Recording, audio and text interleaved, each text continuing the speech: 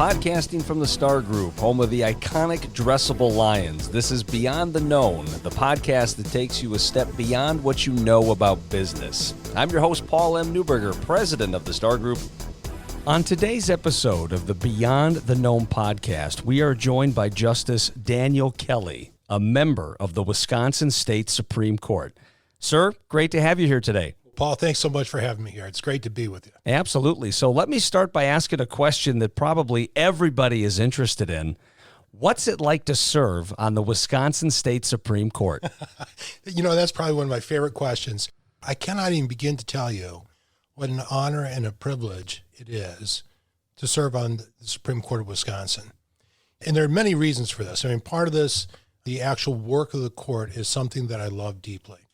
I've been in love with the law since I was a child, actually. I wanted to go into the law when I was in 7th grade. And I learned through practice that there are parts of practice that I really enjoy. The research, the writing, the thinking deeply about the law. And serving on the Wisconsin Supreme Court is really just taking those three parts, the service to the law, bundling it into one place and calling it a job. And there's just really nothing like it. So, but that's just one of the reasons it's a joy and a privilege. The other, and this is the one that I think has struck me most over the years, is what an honor it is to serve the people of Wisconsin on their court. And I say their court advisedly. This is one of the things that I talked about over the years and through the campaign is the importance of remembering what the proper relationship is between those of us who are on the court and really anyone in state government and the people of Wisconsin. I was at a church service a couple of years ago, right before Christmas. Wasn't at our regular church, but my wife knew the pastor's wife, and they invited us out because they were having several state office holders participate in the service, and we were happy to go. And lovely service, and afterwards, I was in the foyer talking with some folks, and the pastor came up to greet me, and he's just a wonderful, gracious man. And he walks up to me and he says, "Justice Kelly, I want to thank you for being here with us today. It's great to have someone so important be a part of our service." And when he said that about importance, my heart just dropped. And I looked at him and I said, can we rewind the conversation just a few seconds? So, I've often thought that there's an inverse relationship between where you rank and the number of bosses that you have.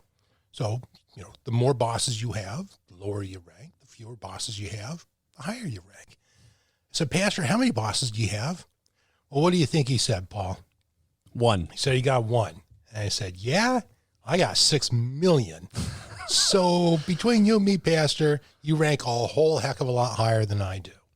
And that really is the relationship between the people of Wisconsin and those of us on the court and anywhere else in state government. We are there as servants, and real servants, right? We oftentimes, we talk about members of government being public servants. Since I was young and I heard politicians refer to themselves as public servants, maybe this is just me, but I quite often heard a little bit of patting on the back when they said that. I'm a public servant. Yeah, I'm kind of important. I'm kind of special. I'm a public servant. I think the proper way of looking at that is to take the two words separately. You start with servant, and that's the operative one. That's the important one. That tells you what your relationship is to everyone else in the state. You are there to serve. They are legitimately your boss. You are answerable to them. The public part, you put that in front of servant, that just tells you how many bosses you have, right? So the higher up you go in government, the more bosses you have. And consequently, I think it becomes even more and more important for you to recognize that servant relationship that you're supposed to be having with the people of Wisconsin. So that's the thing that's been the honor for me, is being able to serve in this capacity 6 million of our fellow Wisconsinites. And that has just been a joy and a privilege. You had mentioned your love of the law really started when you were in 7th grade. Yeah. Is there a story behind that? And if so, we'd certainly love to hear it. Yeah, there wasn't an event that I could point to and say, well, this occurred, and therefore I said the law is for me. It was a growing awareness. And I think I got a fair amount of this from my folks. I think I got some of it, too, just from the fact that I was one of 7 children. And when you are one of 7, the idea of justice reigns paramount in your mind, as you want to make sure that you get as much cake as your siblings and you have as many privileges as your siblings and that everyone is treated equally. Well, I think, that childish impulse was added to by my folks' sense of justice. And they transmitted that to me at an early age. And so when I started looking around the world at the way it was built, the way it's constructed, the way it works, I looked at the law. And at that point, at a very naive level and not a terribly informed level, and yet you could still see that law is really the foundation for the security of our individual liberties and how important it is that we are able to maintain that and how distinctive that is in relation to world history, that you would have this thing called the rule of law, and that this is the thing that makes it possible for us to live in a free country and live our lives in peace and in prosperity. And so it was at that early age that I decided I wanted to go into law and be a lawyer. And it had always been with the idea of being a litigator, right? So it wasn't until I got to high school that I found out that there were lawyers who don't litigate. And I thought, how odd is that? Why would you be a lawyer and not litigate? But nonetheless, I discovered once I got into practice that between the litigators and the transactional lawyers, I've got an awful lot of respect for the transactional lawyers. They've got a tough job. They got to figure out, and they put together their deals and advise people on how to engage in business transactions. They've got to figure out what is the future going to look like and how do I accommodate for changes, for things that we don't know about, and how do I reduce all of that to writing so we can have a good, productive relationship. That takes a lot of skill. Litigation, you walk in, there's something broken, you sweep up the pieces and you try to put it back together as well as you can. That's litigation. But I love that. And through my long practice in the law before I came to the court, there were those parts of practice that really started to fluoresce as the things that I enjoyed the most about the law. And that was the research, it was the writing, it was the intellectual aspect of it, the discussion of these profound ideas, and then trying to determine, in this case, what does the law say? What does the law require of the parties? And figuring out a way forward, and then coming to the other side of the bench, having those cases presented to us, and having our responsibility be, okay, what does the law say about which party wins in this case?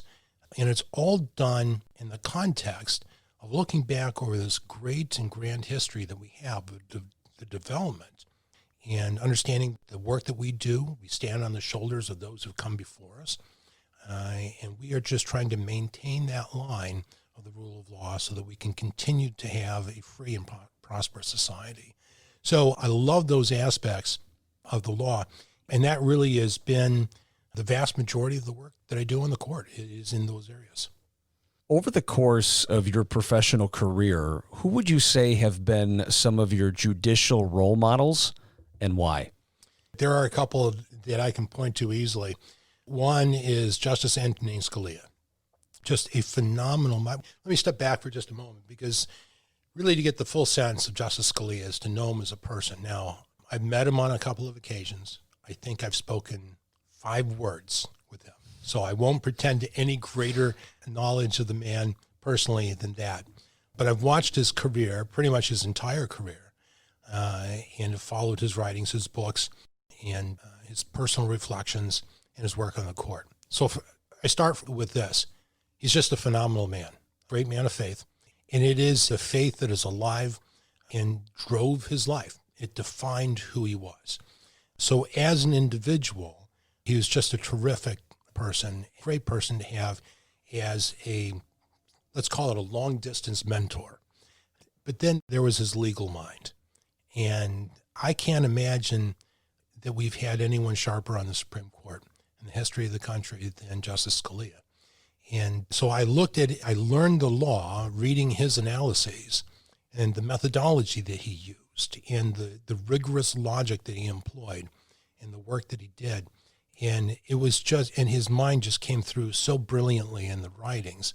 And if there's any, with my work on the Supreme Court, my ambition was to at least have my opinions be some reflection of the style and the wit and the intellectual seriousness of Justice Scalia's. So, and he was just a beautiful writer. I mean, just without equal. There were, over the years, the opinions would come down. Sometimes you agree with the results, sometimes you don't. And when you didn't agree with the results and you knew what the issues were and how they were being played out, one of my first things to do, and I found out later this was quite a common thing for folks to do in my position.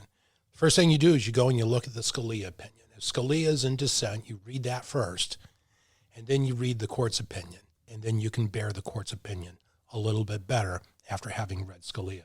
He's had a monumental impact on the courts in the United States, on the concept of the rule of law and how we apply that in the courts.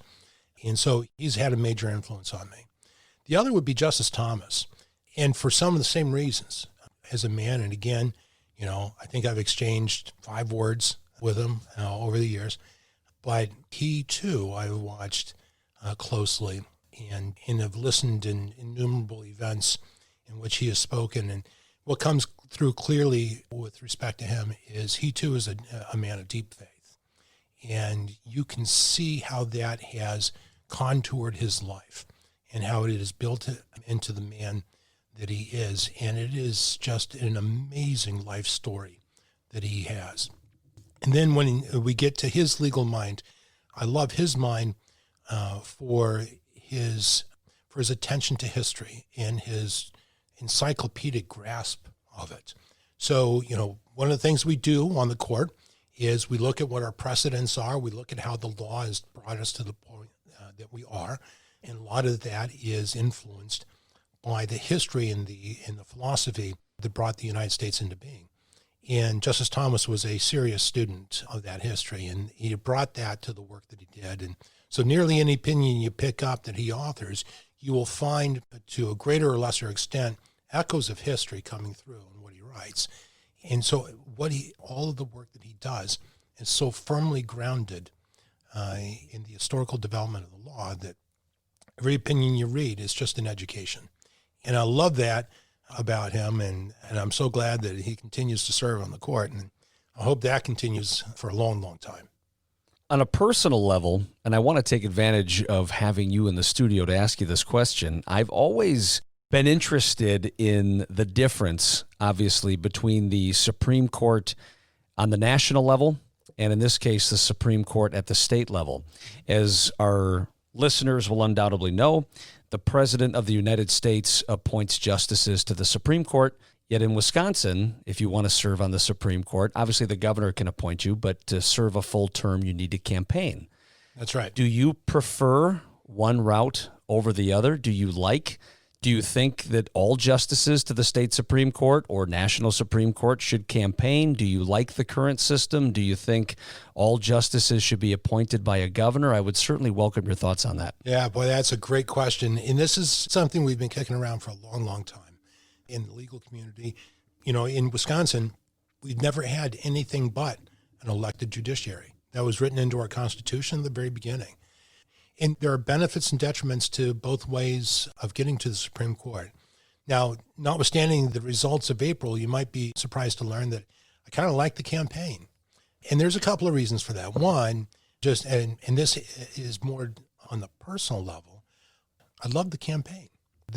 Which shocks me because I'm an introvert. And so I get energy from being alone. If I have to go outside my house, that's an energy cost for me. And it's one of the reasons why being a Supreme Court justice is, for me, it's been a perfect fit. I go in chambers. I spend my entire day alone reading and writing. And every once in a while we come out on the bench and we hear arguments, and I go back to chambers and I read and I write, and I love that. But I discovered this past year that I actually love campaigning, at least 98.5% of it. And the 98.5% I love is going around this state of ours, talking to our fellow Wisconsinites, reporting to them as my bosses what I've been doing with the authority that they have lent to me. And, before we get back to the methodologies, I want to tell you this. There's a little bit of a story behind why I love serving the people of Wisconsin so much. And it has to do with when I first came here. I'm not native to Wisconsin. I came here when I was 18 years old. I did most of my growing up years in Colorado. I came out here at 18 to go to Carroll College and came out a few days early because I heard there was some good fishing in Wisconsin. Turns out that's true. So I wanted to do a little fishing before school started. So I ended up at a park in Waukesha County, and the campsite was full, totally full. But through one thing and another, I ended up spending the weekend with a family from Sheboygan Falls, young family, 2 young children. And they were the most welcoming, kind, generous people you can imagine. I mean, and these are the first people in Wisconsin that I'd ever met. They didn't know me from Adam, and yet they opened up their campsite. They shared it with me. They shared their dinner with me. They shared their fellowship with me. They spent pretty much the entire weekend introducing me to what it means to be a Wisconsinite. I just fell in love with the people of Wisconsin at that point.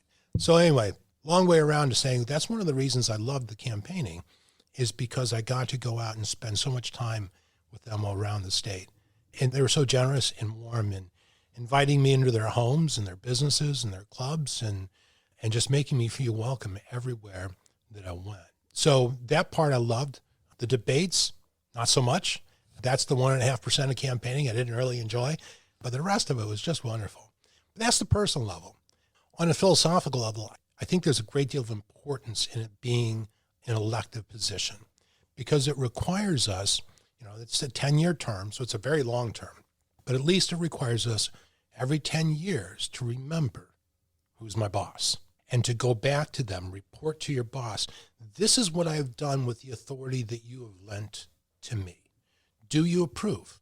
Have I done a good job? Have I been faithful to the Constitution? Have I been faithful to the law that your legislators have created?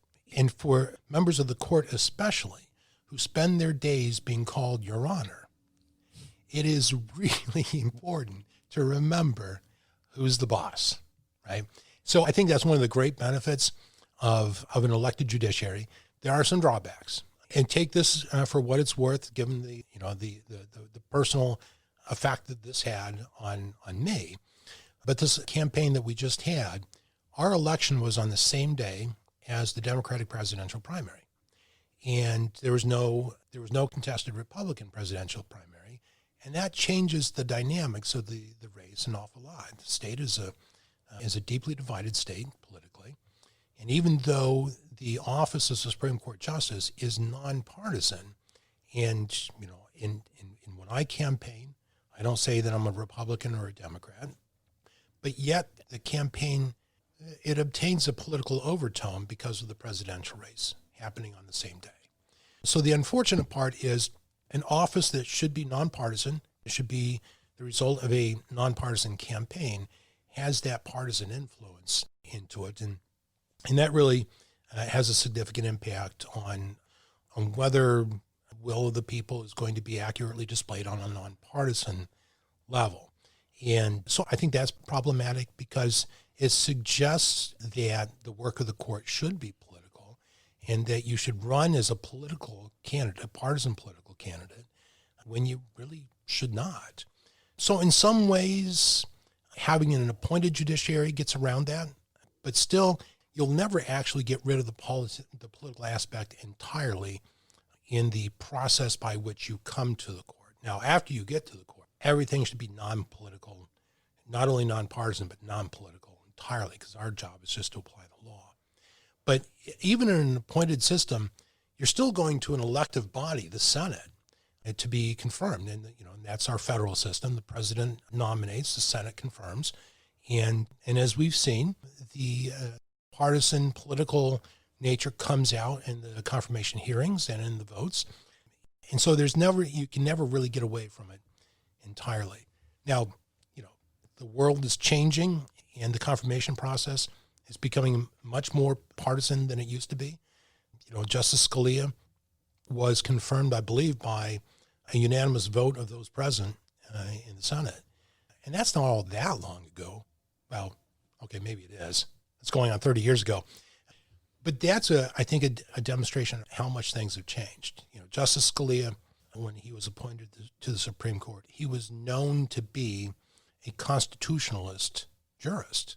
So it's not like he surprised people once he got to the Supreme Court and they found out, oh, wow, he's a textualist. Who knew, right? Everybody knew this beforehand. And yet, that's the reception that he got in the Senate.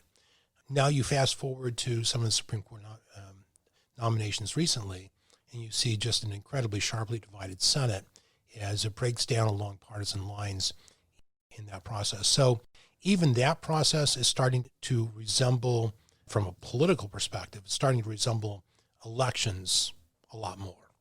So there are advantages, disadvantages to each method of selecting the judiciary, but there's no way to ever get away from the political aspect of the appointment. But that's why it makes it so much more important that once you're there, that you understand that your job has nothing to do with politics at all. Our job is to apply the law as it exists, not as we might wish it to be, but as actually as it was written and adopted, either in the Constitution by the people of Wisconsin or in the statutes by the legislators. And we are to do that just according to reason and the text of the law. And we take all of our personal views and personal preferences, we leave them outside the courtroom door. We don't pick those up again until we're done with our work. So I think that's the real key there, is regardless of how you come to the court, once you're there, it's an entirely non-political job.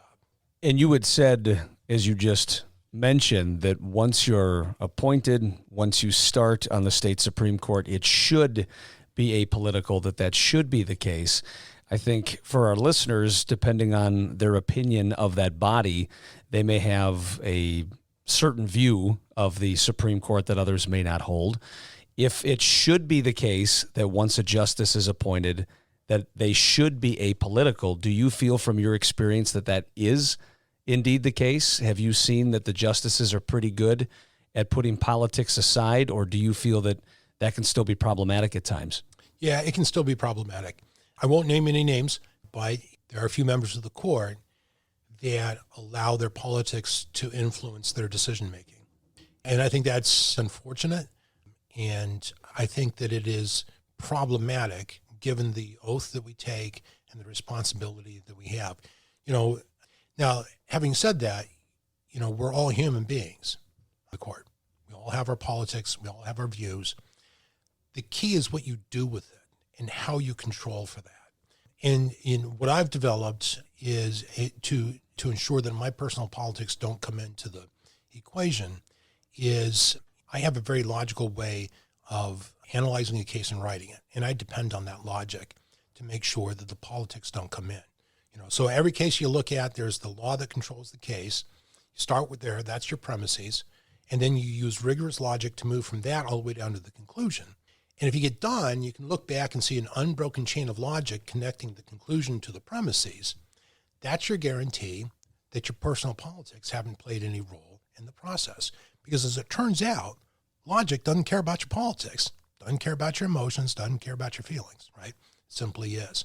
So that's the tool, and I think that's what we need to concentrate on. Now, we're all fallible, of course, which is one of the reasons why there are 7 of us and not just one. So when I write my opinion, before it gets released, it gets circulated amongst all the members of the Supreme Court. And they have their opportunity to provide feedback. And they say, well, I think you got this wrong, or, I don't think this was properly reasoned, or whatever it might be. So when I get done with my work and I build that logical chain, I send it out to the other members of the court to test it. And I can guarantee you that there will be people on the court who are very heavily vested in making sure that there are no errors in that. And that if they see anything, they will be sure to tell me, hey, you missed a logical step here, or this conclusion does not flow from the premises. And then that gives me the opportunity to go back and look at it and say, well, was I just assuming something to be true and didn't say it out loud in the opinion? I need to fix that. Maybe I did make a logical mistake, and we need to address that, change how it's reasoned.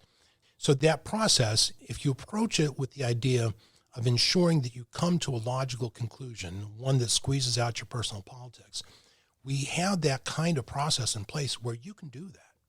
And at the end, as close as you can to, from a group of 7 imperfect people, you can get to a conclusion that reflects what the law is, not our personal politics. But there are some who are not committed to that and who will use their politics affirmatively to influence where the decisions go. And I think that's unfortunate, and it's out of character, I think, with the role of the court. I think a number of individuals remember probably quite vividly the confirmation hearings of Justice Brett Kavanaugh as he was in consideration at the time for joining the U.S. Supreme Court and some of the things that transpired during that process. I wonder, Dan, I know you're a man of great humility, which is obvious from this interview. As somebody who could possibly potentially be in line for an appointment like that at some day, do you think how those proceedings went deter qualified good jurists from considering a nomination to the Supreme Court? Or do you think what we just went through is a bit of an anomaly in that regard? Well, thank you first for the compliment. There are a whole lot of folks in this country who I would put ahead of me as candidates for the United States Supreme Court. But I will say this, I think it does have a deterrent effect on good candidates coming forward. And it's not just the federal process where your life is just opened up before the entire country and people can come in and make completely unfounded allegations about you and be subject to humiliation based on lies. I think it's entirely logical for well-accomplished people to look at that and say, you know what? I've got a good position. I'm comfortable where I'm at. I like my job. No way. I'm not exposing myself to that. You know, and elections can be the same way. One of the things that I've been cognizant of over the years is the way that people campaign for the Supreme Court and what's in bounds and what's out of bounds as you do that. And one of the things I've tried to accomplish over my career in the law is encouraging good people to seek a position on the court. And it turns out that's hard to do. And one of the reasons that that's hard to do is because of the way that campaigns or confirmation proceedings have gone. And good people look at that and say, I want no part of that. I could sit here and I could just, in a heartbeat, I could rattle off a dozen names of people who I think would be outstanding members of the Wisconsin Supreme Court. And I also know that not a single one of them would do this because of what you go through in a campaign. And, you know, and I had that this past year, you know, that 1.5% of the campaign I didn't like. It was that. It was when people come up and they say things that simply aren't true about you. And this is, you know, to me, and I think to a lot of other folks who would consider this, they have the same kind of reaction I do. And it's this. You know, when I was growing up, I didn't come from a family of a great deal of means. You know, my dad, he sometimes worked 2 or 3 jobs at a time to make sure that we had a roof over our head and food on the table. And I still distinctly remember when I was a young teenager, one day he pulled me aside and he said, Dan, when I am done in this life, I'm not going to have much to leave you, but I promise you this, I will leave you a good name. And he was as good as his word. When he was done with his life, I had a replica Rodin statue and a broken pocket watch from him. But I also had a good name. And so as I went through the campaign and I saw some of the things that people were saying that simply were untrue, that affected me deeply because it was attacking the legacy that my dad left for me, that good name, the same name that I want to pass down to my children. So I think it does have a deterrent effect. And I think one of the things that I will continue doing is trying to make sure that the campaigns are conducted on an intellectual level and an honest level so that we can continue recruiting good people to the court. So that's going to be part of my project going forward. So as difficult as that may be for people to attack you, probably to some degree on personal terms, and attack the good name that your father left you, how do you deal with that? How did you cope with that? And I think it's one thing if you're running an organization, if you're a C-suite executive and your employees disagree with you, sometimes I suppose those can get rather personal, but it's not in a wide open public forum like a statewide election to the state Supreme Court must be. So how did you cope with that? How did you deal with that? And how did you continue to soldier on despite that? It is hard, but for me, it was simply gutting through it. Well, it was two things: gutting through it as a matter of honor and duty. So I remember back when Governor Walker appointed me to the court, and towards the end of our conversation, he had noted that I'd been the subject of some news stories already before I was appointed.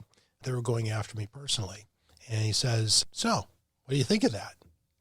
And I said, "Well, sometimes, you just have to decide, are these my beliefs or are they not? And if they are, then you hold to them no matter what reaction that you get and no matter the things say about them."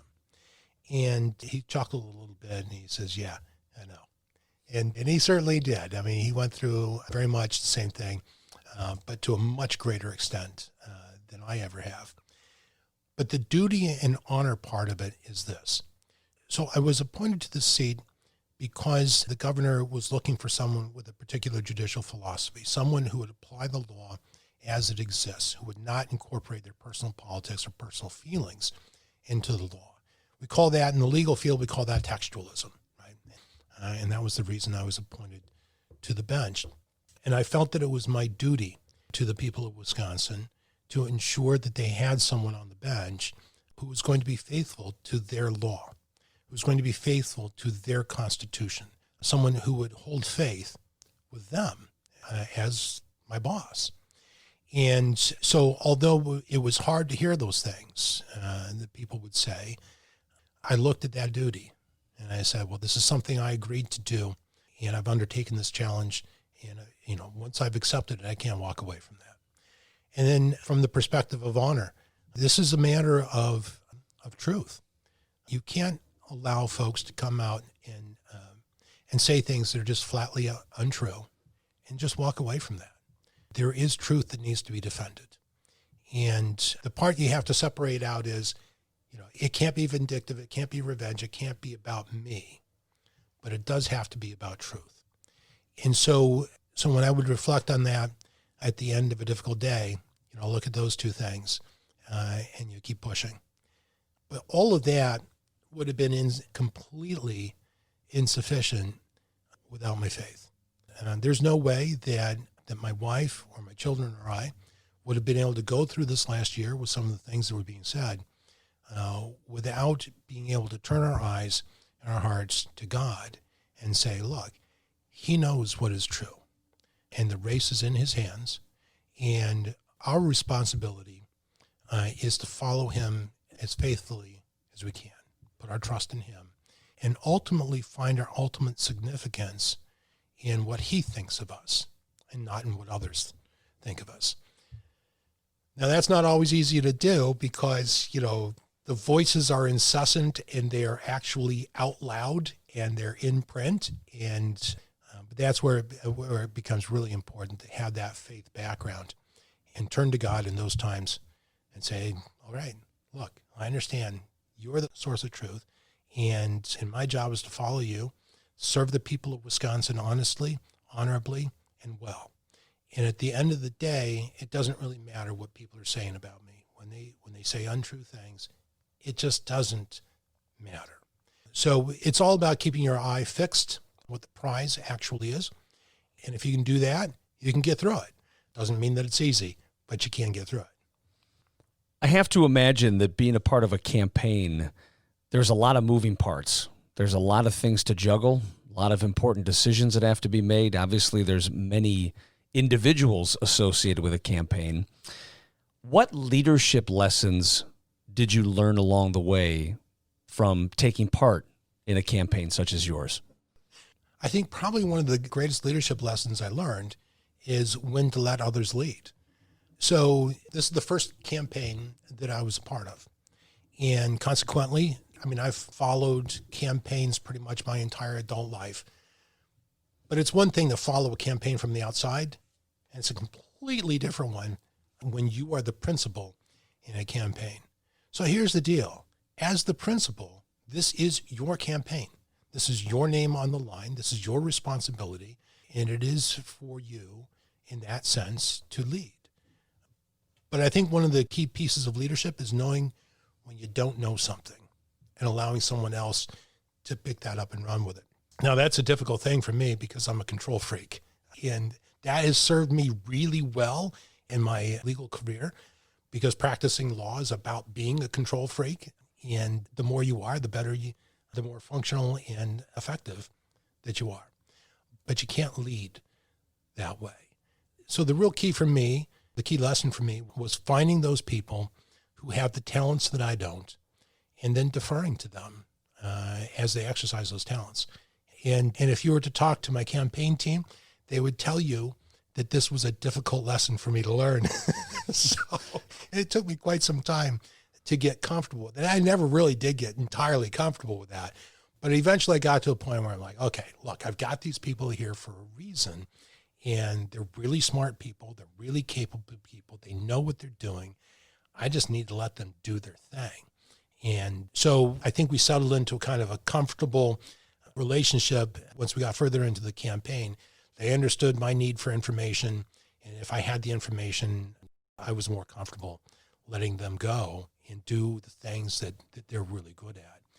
But I think that was the big thing for me, is just knowing when to let go and let others do their thing. Anything else, Dan, that maybe we didn't discuss that you wished we would have? Any other anecdotes you want to share, information you think our listeners would find of value while we still have time? No, I think that pretty much covers it. I mean, I could, to your chagrin, I could go on and on. There's no, but one of the things that I learned over the last year is when to stop talking. My campaign manager, he was just, the thing I think probably that drove him nuts the most about me is when we would do presentations. And, it's, you have maybe 15 minutes to do a presentation. And I would always go long. Some places you go to, you've got 5 minutes. And I would go long. And I'm like, look, I can't say hello in 5 minutes. And just the way my mind works, there is, it's linear. So there's, you go from one step to the next. And for me, this is the way my writings work. And so it's the way I think everything should work, is each of the pieces is important. You got to lay down the piece before you can get to the next step. And so when I do my presentations, I do the same thing. Okay, I got to explain to you all the things behind this conclusion. And as it turns out, in a campaign, what they're after is the conclusion. And, you don't really need to go into all the backstory. But we came to a modus vivendi on that as well as we got through the campaign. And, they realized that, at some point that this is, for me, doing a campaign is not a rah-rah thing. I mean, I see it because it's just not me. There are others who do that, and they do a great job of it, and I've got no problem with that. But that's them, and they can do them, but I can't. Mm-hmm. For me, it's about the pedagogical aspect of it. One of the things I said throughout the campaign was that I considered this kind of a memory tour. Let's remember who the people of Wisconsin are. Remember what your place is. You're the bosses. You are the owners of all of the authority that goes into creating and maintaining our government. It's all you. So, oftentimes when I would do presentations at court, and we'd have school groups come through all the time, I'd oftentimes ask them, what they thought the most important political office in the state was. And some would say the governor, some would say the legislators, some of them that wanted to make me feel good, they'd say the judiciary. And I said, well, those are all good answers, but there's actually one political office that's actually more important than all of those put together. And that's the office of citizen. This is because this is where all of the authority and all the power comes from. And so when I was doing the campaign, what I wanted to do was remind people that in this whole process, I'm not the important one. You guys are. You're the owners of all that authority. This all belongs to you. This is you deciding what you want your state to be. And we're the ones that you may choose or may not choose. And if you do, that means, that we've descended to the level of servant. And that really is the way that I looked at this. When I put on the black robe, I'm actually taking a step down because now I'm answerable to 6 million people. When I take it off, I rejoin all the rest of my fellow Wisconsinites as one of the bosses. So anyway, that was my whole approach to this. So campaign appearances were about trying to convey all of those ideas in 5 minutes, and that never worked.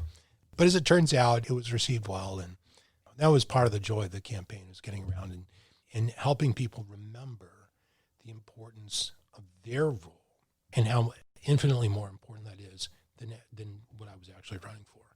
So anyway, like I said, I could go on all day. And it's not every day we get a justice on the state Supreme Court that visits us in the studio. So certainly appreciate the detailed information. I've got a particular interest in this. Not only am I a fan of politics, but my Uncle Mark, he's the twin of my father, recently passed away. He was one of the U.S. Marshals for Sandra Day O'Connor. Oh, really? And he did some work with John Roberts briefly. I'll be darned. As well. So, yeah, I've always been fascinated by the courtship. He had a lot of really nice stories to tell about Justice O'Connor. She and he actually got fairly close there at one point. So, yeah, Nice. love to learn a little bit more Nice. about what you do. So I appreciate all the information that you shared. Justice Daniel Kelly of the Wisconsin State Supreme Court. It was wonderful to have you on the Beyond the Known podcast today. Thanks for joining us. Well, it is absolutely my pleasure. Thanks so much for doing this. It's been a joy. Thanks for listening to Beyond the Known with Paul M. Newberger. If you like our show and want to know more, check us out at stargroup.com. That's STARgroup.com/podcast. We're also available on Apple Podcast or wherever you listen to podcasts.